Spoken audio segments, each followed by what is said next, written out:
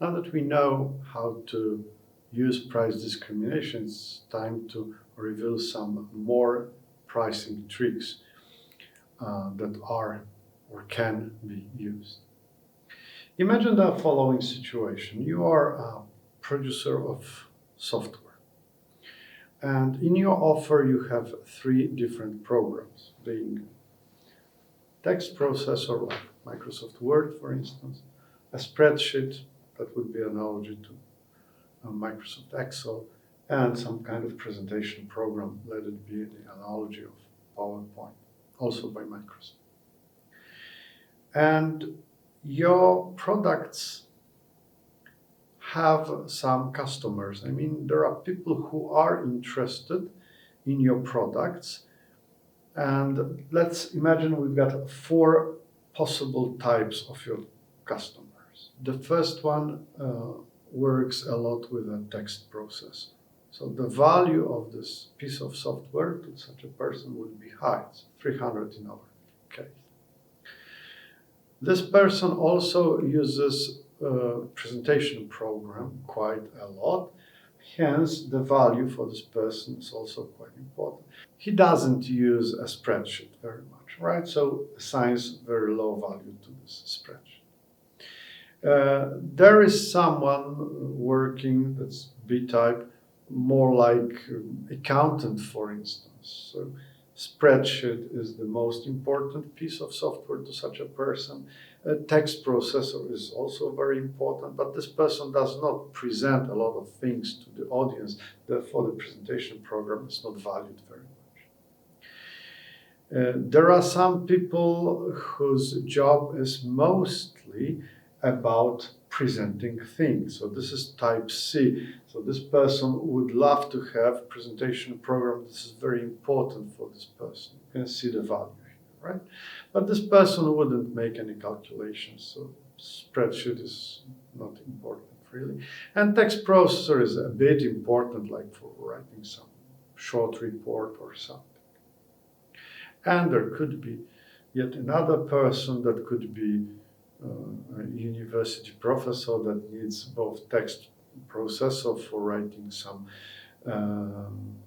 scientific papers and a spreadsheet to make some calculations and presentation program to show things to students. Okay, and let's imagine that they are equally popular in the population, meaning the number of A-type consumers is the same as B-type, C-type, and D-type. So they are, equally popular. The question here is, how would you price your products so that your revenue is as big as it is possible? You can already see the problem here, right? Because there are some people who would pay 300 for text processor, but others wouldn't pay that much. There are some people who would pay like 800 and like 200. There are some people who would pay like 280 for a spreadsheet, right? But not all of the customers would do so. There are people who value extremely high presentation program, 400, but just one type of them. Others don't value it that much, right? People are different. Customers are different. How to get the most of that? You could technically stop this lecture now and you could try to figure out on your own, because the answer is just about to come. How about you do not sell those products, but make a bundle of them and sell the complete set of 3 programs at 480.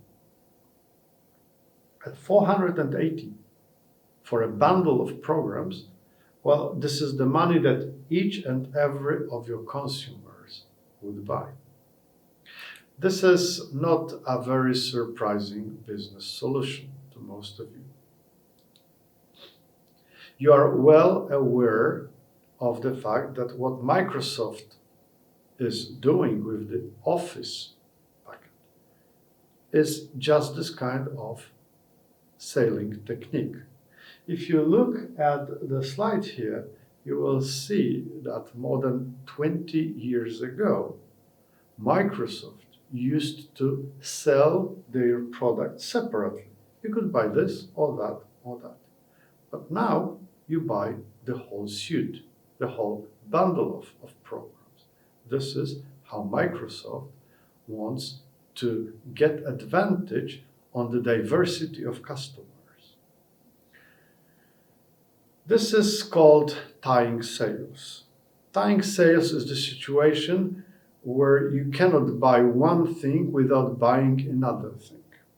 So it's like washing detergent with a sponge attached, right? And you cannot unpack it and say, yeah, I just want the sponge or I want just the detergent.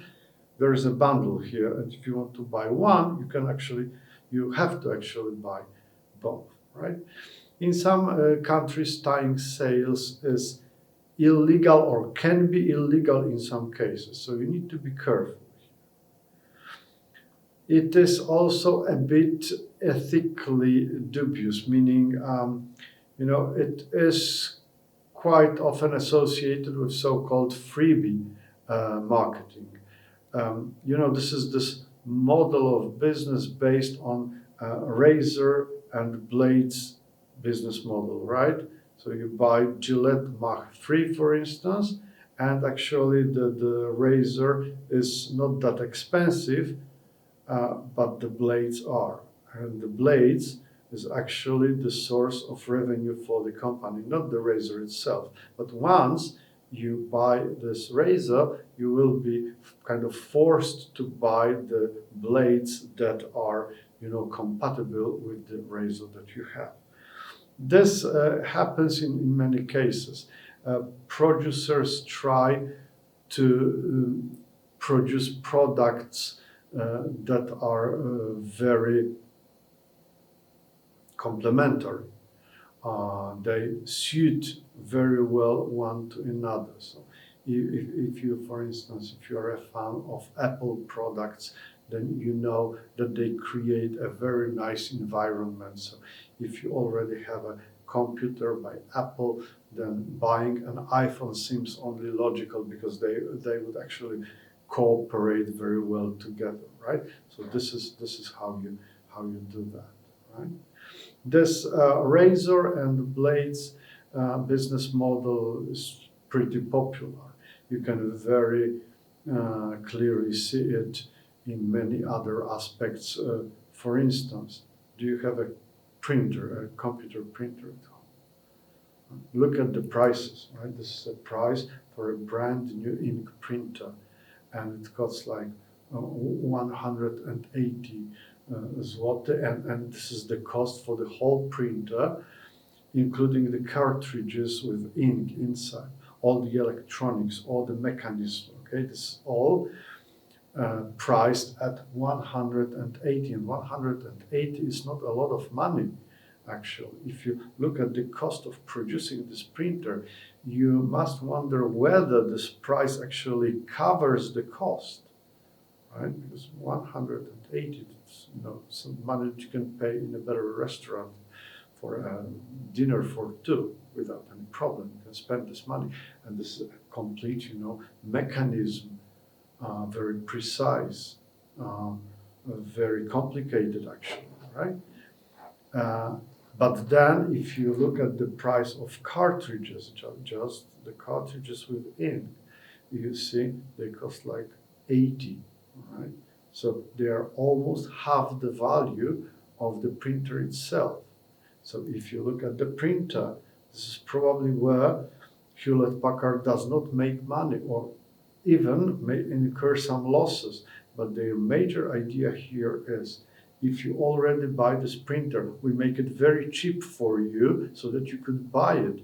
But if you already buy this printer, then you will be kind of doomed for buying our cartridges. And this is where we will do our business. This is where our money will come from. Obviously, if you look from this perspective, you can understand why such producers like Hewlett-Packard try to fight all the independent retailers who offer some replacement cartridges or can refill those cartridges, okay? Because this is killing the actually main business in selling printers. You don't make money on printers itself, you make money on cartridges. If your competitors try to enter this market, well, that leaves you without any profit. Okay, that's all for today. Thank you.